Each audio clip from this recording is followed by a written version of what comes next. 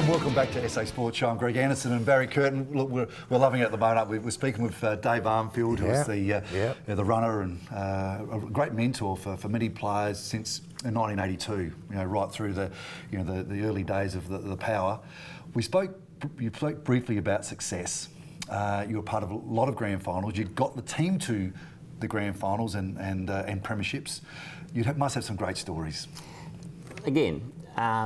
Right place, right time. Yeah. We had a fantastic era. We had a great bunch of blokes, some of my closest friends. I won't tell them to their face, but are from the football club. It was all love-hate, wasn't it, really? Yeah. It was just a bond that we had. And again, I mean, we're different than a lot of other clubs when they do meet a lot, and there's that bond that you can't explain. It's just meet tight. a real lot. They do. They seriously do. Yeah. Yeah, they seriously do. But again, the grand finals, you train really hard all the way through the year, and it's the culmination of a whole lot of years. Well, not just a year, a whole period of time to win. So we were fortunate. We won grand finals that no one thought we would. We came from behind in grand finals. Some fantastic memories. Some great efforts. Got a fave? Oh, look, I mean, 2004 in the AFL, because that was the ultimate. We were the best team in the land. 1994 against the Eagles. Yeah, big one. Three-quarter time. Well, we were gone in the first quarter almost. Three-quarter time, we were well down. Scotty Hodges went berserk in the last quarter. That sticks in my brain. A couple of grand finals against Centrals. 1990. Well, how could you couldn't go past these? I mean, again. The more you bring up, the more there is. Pinch yourself. There hasn't been any bad grand finals. But we do talk about love-hate. I mean, it's wonderful having a chat there on a Saturday night after a win and just having a beer and then saying, well, look, I look forward to seeing you tomorrow, Greg. We're going to go to the Snake Pit and we're going to do, you're going to do 5 laps of that. You go, well, hang on. Thanks, Arnie. Yeah. Thanks very much. So there have been some incidents over the years. You must have a couple of funny ones. I mean, I've heard there's water involved, there's bridges involved. Look, there's been again. One of the things I started 82, left at the end of 2009, which is a hell of a long period. Yeah. People say, do you miss it? Yes, I'd do it all over again. Yep. Absolutely, I loved every second of it. The things you miss, apart from the things we talked about in terms of the games and things like that, but it's just the fun, just the belly laughs we had every day. There wouldn't be a day where you wouldn't just have a really good laugh about something. I mean, we trained really hard and we trained long, and when the AFL came along, it was, it's a hard slog. You're travelling every second week, you're in airports late on a Sunday night, you're getting up again, doing it Monday morning, but then hey, what are you whinging about? This is the best job in the world. Talk about hard slogs though. I do remember a Thursday night and it was pouring with rain, and at the end of training we've all gone inside. I think it was Bob McClifford, probably Martin Leslie, Dave Baker, had decided let's strip you off. They got you at one end of the square, as you do, got you at one end of the square. Perhaps parted the old legs a bit and sprinted all the way through the mud. All the way through the mud. Pitch that you would have scored a few centuries on at some stage back. My pitch. That's what happened. Certainly wasn't a heavy roller. That time. But so that might have been just. Fantastic. Yeah, I love that. I felt so sorry for them. I don't think there was a season that went past where I didn't part with my clothes at some stage. I was going to say. Normally it was at the end of a grand final where they'd throw me in the Port River. I heard that one as well. They threw in the Port River. Just a tradition. Yeah, tradition. Yeah. I used to hope we'd lose the grand final. That was one of the things I was looking forward to. We won the grand final, we're drinking the champagne. I was like, what are we going to do to Arnie? And everyone goes, all right, okay, we'll get him at the leg trap, we'll chuck him in the leg. It's all, that's what we're planning. I remember in the pre-season camp up at Manham, I was getting married the next week, so it turned and we trained really hard on the Saturday, and we were going to train hard on the Sunday morning, but the Saturday night we'd traditionally let the guys go out and just relax a bit. So we were in Manham, it turned into my buck show. They tied me to a post in the main street of Manham. I had a pair of Reeboks on, that was it. They weren't undies either. No, they weren't. Anyway, they went back in. And I'm just tied to this post in the main street of Manham. Cars going up and down. It's amazing you lasted, Arnie, because seriously, Ando brought it up there, you've been dragged through the mud. I know you've been hung, shot. Yeah. It's amazing you lasted as long as you did. Let's go back to Jack.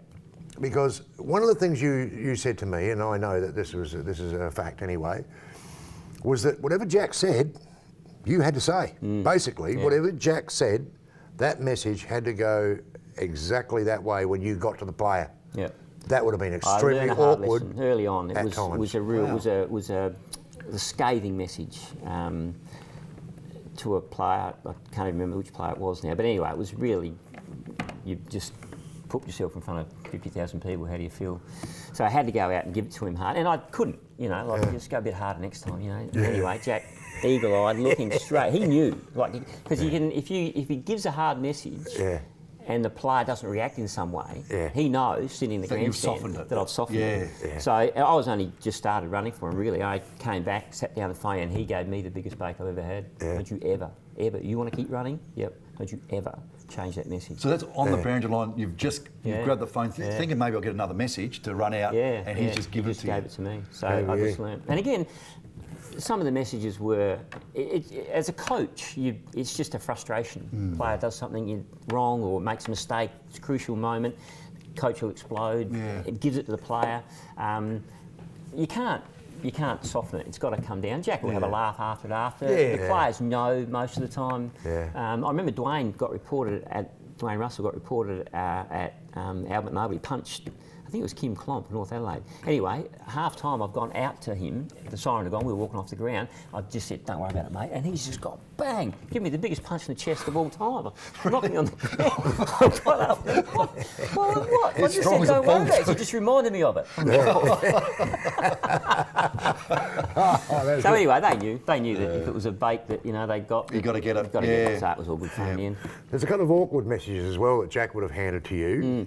One would have been the Tony Lockett message that he said, Arnie, would you mind popping out? Well, again, Lockett was the SCG dominant. There were two ways that Lockett would get the ball: either fast lead from the on ballers, or he'd lead to a 45. That was our game plan, so the midfielders couldn't get the ball. Their midfielders couldn't get the ball, kick it to him in the lead, so he was basically going to lead to 45. Yeah. Steve Paxman was scanning him. So anyway, I think halfway through the third quarter, he kicked 7. Phone goes off. Yep, go and you know where Lockett leads to? Yep. Expecting go and tell a player to stand at that, Just go and stand there, will you? What? What?